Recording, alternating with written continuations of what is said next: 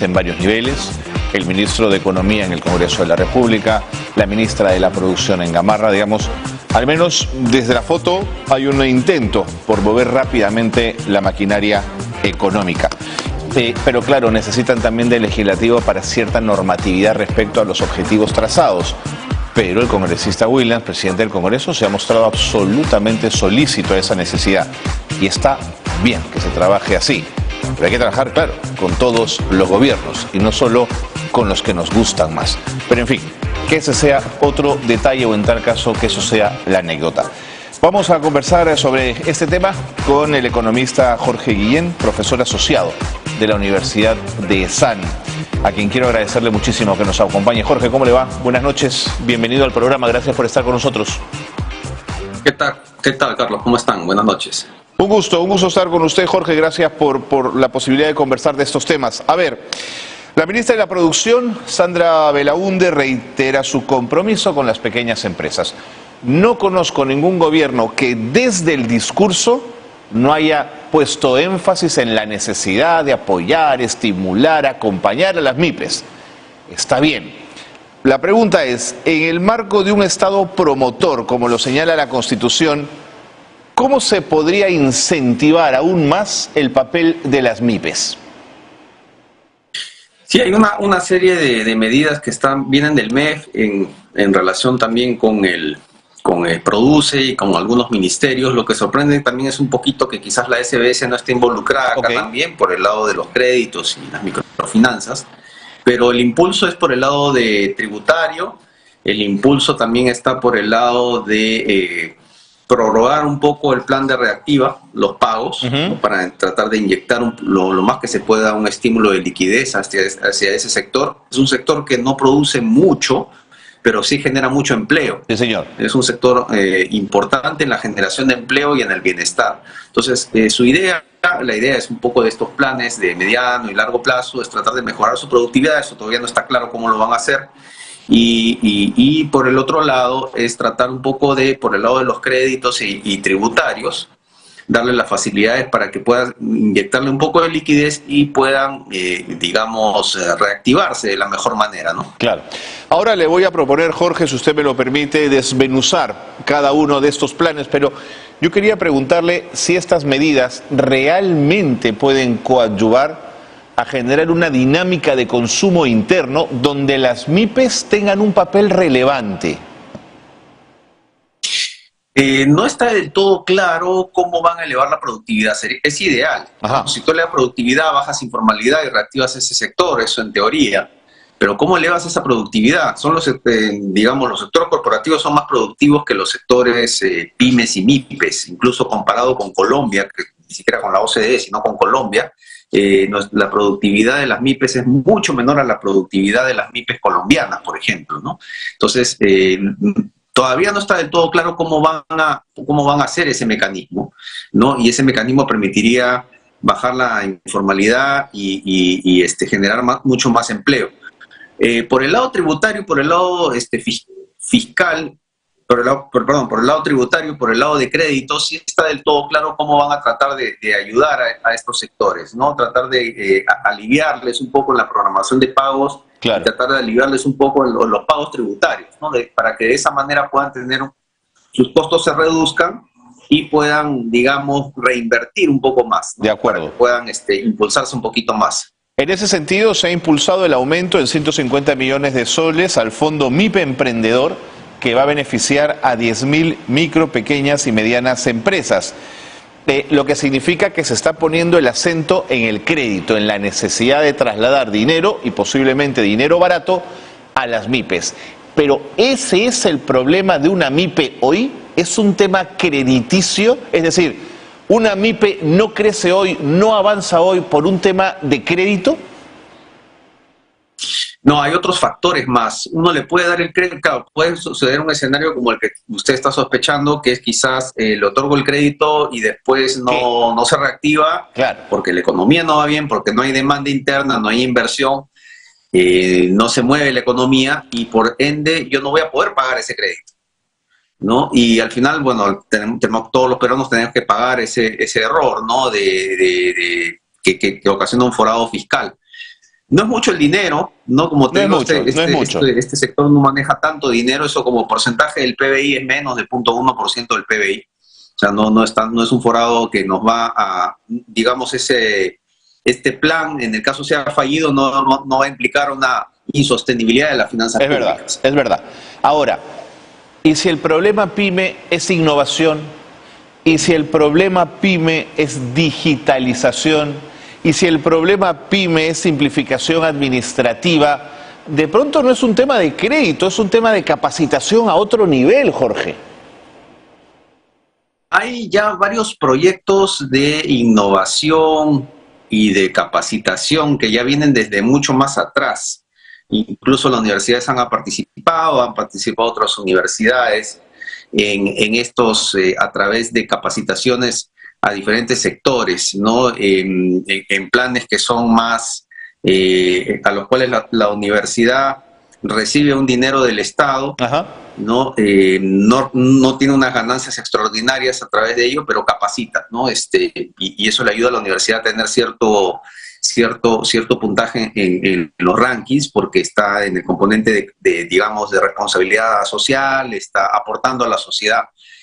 Hay a través de Innovate, y a través de diferentes programas en agro, en pesca, en manufactura, han habido ya programas o intentos desde el pasado, pero no se ve ese cambio en la productividad de estos sectores. No es tan fácil, ¿no? Bueno, se habla del lenguaje moderno de digitalización, claro, innovación, pero ¿cómo hacemos que estos sectores sean mucho más productivos a través de darles quizás no el crédito, sino el canal suficiente que le permita a ellos tratar de incrementar su productividad a través de una mejora en la tecnología, ¿no? Pero no es tan fácil. A lo largo de los años se ha tratado de hacer y no sé si este plan reciente va a permitir ello, ¿no? El salto. Sí, yo tengo un poco la misma sensación, Jorge, porque creo que capacitando en innovación y en digitalización podrías ahorrar costos, podrías hacer más competitiva a la MIPE. Claro, tiene que ser una MIPE, en relación a quienes las manejan, mucho más preparadas, mucho más capacitadas, y a veces no tienen ni el dinero ni el tiempo para entrar en capacitación, ¿no?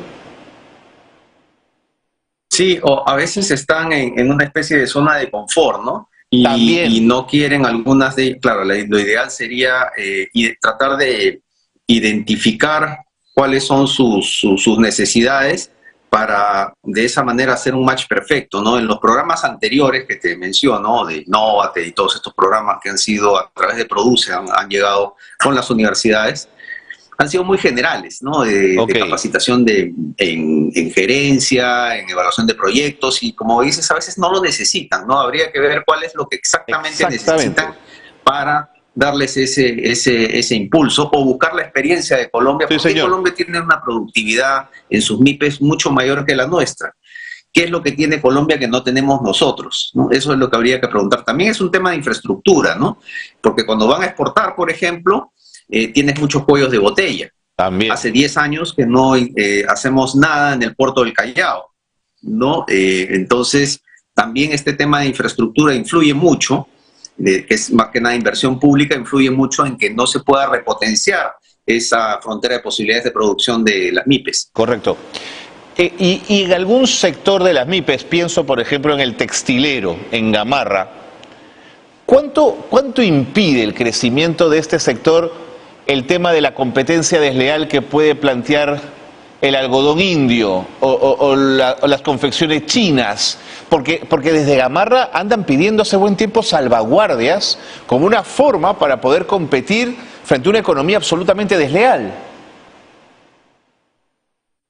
Sí, ahí hay un rol un poco quizás, no a la hora de firmar los tratados de libre comercio, a la hora de que vengan las partidas arancelarias, ¿no? Tratar de un poco identificar para que no pueda competir con Gamarra, o en el norte, en Trujillo, también con la industria de calzado, sí, señor, por ejemplo, ¿no? Sí, señor. Y el algodón peruano es un algodón bastante demandado y altamente, de muy alta calidad. Pero más, ¿no?, caro que el indio. Pima, el tanguis, ¿no? Que se podría explotar mucho más. Hay algunos productos que tenemos cierta ventaja comparativa que se podría repotenciar mucho más. De acuerdo. En este contacto entre el ministro de Economía y el Congreso de la República, a través del presidente del Congreso, el congresista Williams, se ha hablado de subsidio a la electricidad, ya para un sentido amplio de la economía, más allá de las MIPE, Jorge. Subsidio a la electricidad, aumento de dinero al Fondo de Estabilización de los Combustibles, que siempre pues es un tema para poder controlar de alguna manera el precio de los combustibles, y han hablado también del gasto de mantenimiento de colegios, con una forma de inyectar dinero en inversión pública. ¿Te hace sentido esta serie de normas? En el lado del combustible el problema es nuestro Petroperú, porque las bandas que ponen para los subsidios son demasiado altas y tenemos por ello la gasolina más cara de América Latina, ¿no? Sí, pues. Habría que un poco quizás tratar de identificar por otro lado cuáles son nuestras falencias para tratar de generar esas metas, ¿no? Lo ideal es que el Congreso no sea, al parecer desde hace mucho tiempo, el Congreso parece un poder ejecutivo, es el que dictamina cuáles son las medidas. Totalmente. Y el mecanismo de transmisión debería ser desde el Ejecutivo hacia el Congreso, no desde el Congreso imponiéndole al Ejecutivo, ¿no? Quitándole su ámbito. De acuerdo. Una última pregunta. Punche Perú, lo están haciendo con el fin de buscar una rápida reactivación. Han hablado de transferencias monetarias a poblaciones vulnerables. Ya hay programas sociales dedicados a eso. ¿Qué te parece a ti aumentar alguno más? Sí, bueno, ya incluso el MIDIS, incluso Dina, la presidenta Dina Boluarte habló que el MIDIS tiene hasta es el único ministerio, el MIDIS es el único ministerio que tiene el 99% de ejecución. O sea, todos los programas sociales están al 100%, claro. Y agregarle uno más no sé si permita generar un mejor consumo. Lo que más que una maximización o un objetivo económico, yo creo que es un objetivo político nada más, ¿no? Digamos, más que nada es una maximización del bienestar del político, más que algo técnico, ¿no? De acuerdo. Luego en ese Punche Perú también se habla de la posibilidad de la ampliación de Reactiva Perú al 31 de diciembre del año siguiente, digamos. Y yo ahí diría no estoy de acuerdo. En tal caso, para montos pequeños, si quieres, donde pueda conectar con MIPES. Pero la gente que se endeudó con Reactiva por 20, 30 millones, 5 millones, 7 millones, no sé, cantidades enormes, donde además hay grandes empresas y grandes riquezas que lo hicieron, no me parece justo, me parece la ley del perro muerto. Sí, a mí también, aparte que estas empresas que reciben esos montos grandes son empresas mucho más grandes que no les ha ido mal. Así es. El problema de la morosidad está bajo con Reactiva Perú y creo que ahí en los montos pequeños, como dices, yo creo que ahí sí podrían otorgarle una pequeña ampliación, ¿no? Pero tampoco es para siempre. Pero ya hemos tenido casos donde ha habido borrón y cuenta nueva, Jorge, ¿no te preocupa eso? Sí, al final eso lo vamos a pagar todos los peruanos con impuestos, ¿no? Exactamente, esa es la preocupación, digamos. Y bueno, y el otro es el gasto del mantenimiento y reconstrucción en infraestructura dañada. Me parece una buena inyección de dinero público, el asunto es hacerlo rápido y sin corrupción. Claro, porque si no al final lo que uno gasta en 100 se va a convertir en mucho más, ¿no? Y hay que identificar cuáles son los proyectos, pues a veces hay proyectos que no valen la pena o que no tienen el impacto social ideal, ¿no? De acuerdo. Y siempre me he preguntado por qué la infraestructura en nuestro país en general demora tanto en terminarse. Veo ejemplos de países que hacen hospitales en 3 semanas, hacen bypasses en un fin de semana y nosotros para un metro llevamos 8 años. ¿Dónde se explica eso, Jorge? Sí, hay muchos problemas de tramitología. El tema de los destapes de corrupción de Odebrecht frenan, ¿no? Y se frenan porque el Estado a veces tiene miedo de que si continúa el proyecto que se paralizó con Odebrecht con otra empresa, al final Odebrecht gana el proceso legal y tiene que indemnizarlo. Entonces, por eso es que todo está paralizado desde los destapes de corrupción de Odebrecht. No era así en la época, digamos, de Alan García, segundo gobierno, cuando todavía no se habían destapado ninguno de estos problemas de corrupción. Muy bien. Jorge, no sé si se nos ha quedado algo. Bueno, lo último que te iba a preguntar, y que es el problema probablemente más grande, es la lucha contra la informalidad. Ese sigue siendo un pendiente grandísimo del país. Sí, hay un informe del Banco Mundial que habla de costo-beneficio, ¿no? ¿Cuál es mi costo de ser formal? Es pagar impuestos. Pero ¿cuál es mi beneficio? Lo que me da el Estado.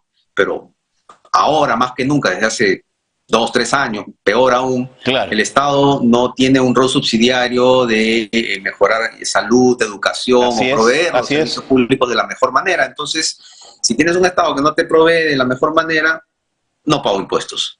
Y esa es la decisión del informal, de mantenerse así, ¿no? Y digamos, es un análisis del Banco Mundial, ¿no? Entonces, el tema de la informalidad tiene muchas aristas, ¿no? Está del lado de la productividad, que hemos hablado, está del lado del rol subsidiario del Estado también, ¿no? Por supuesto.